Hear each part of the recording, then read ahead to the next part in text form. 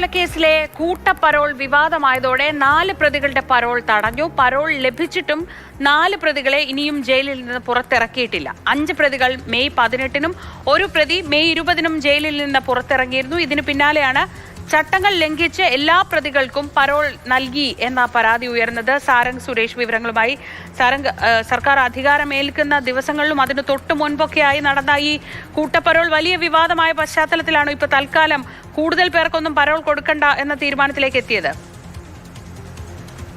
ഇക്കഴിഞ്ഞ LDF സർക്കാർ ചുമതല ഒഴിയുന്നതിന് തൊട്ടു മുൻപാണ് ഈ രീതിയിലുള്ള ഒരു ഇടപെടൽ ഉണ്ടായിട്ടുള്ളത്. ഹൈക്കോടതിയുടെ നിർദ്ദേശമുണ്ടായി എന്നടക്കം ഉയർത്തി കാണിച്ചുകൊണ്ട് തന്നെയാണ് പ്രതികൾക്ക് കൂട്ടമായി പരോൾ നൽകുന്ന ഒരു സാഹചര്യം ഉണ്ടായത്. മാത്രമല്ല, മുൻകാലങ്ങളിൽ നിന്ന് തീർത്തും വ്യത്യസ്തമായി പ്രതികൾക്ക് സ്വന്തം നാട്ടിലേക്കും വീട്ടിലേക്കും എത്താൻ പോലും കഴിയുന്ന രീതിയിലേക്ക് കാര്യങ്ങൾ മാറ്റിമറിച്ചിരുന്നു. ആ മാനദണ്ഡങ്ങൾ പോലും വലിയ മാറ്റങ്ങൾ വരുത്തിയിരുന്നു. അത് നാട്ടിൽ വലിയ സംഘർഷമടക്കം ഉണ്ടാക്കുന്നു എന്നുള്ള രീതിയിലുള്ള പ്രയാസങ്ങൾ കൊല്ലപ്പെട്ട യുവാക്കളുടെ ബന്ധുക്കളടക്കം പറയുന്നതിനിടയിലാണ് ആഭ്യന്തര വകുപ്പും ജയിൽ വകുപ്പും ഈ രീതിയിൽ വകുപ്പ് തല അന്വേഷണം അടക്കം പ്രഖ്യാപിക്കുന്നത്. അതിന്റെ ഭാഗമായാണ് ഇപ്പോൾ 4 പ്രതികളുടെ പരോൾ തടഞ്ഞു വെച്ചിരിക്കുന്നത് എന്നാണ് മനസ്സിലാക്കാൻ സാധിക്കുന്നത്. ജയിൽ സൂപ്രണ്ട് അടക്കമുള്ള ഉദ്യോഗസ്ഥരോട് ഇതിനോടകം തന്നെ ഈ സംഭവത്തിൽ വിശദീകരണം ചോദിച്ചതായും മനസ്സിലാക്കാൻ കഴിയുന്നു.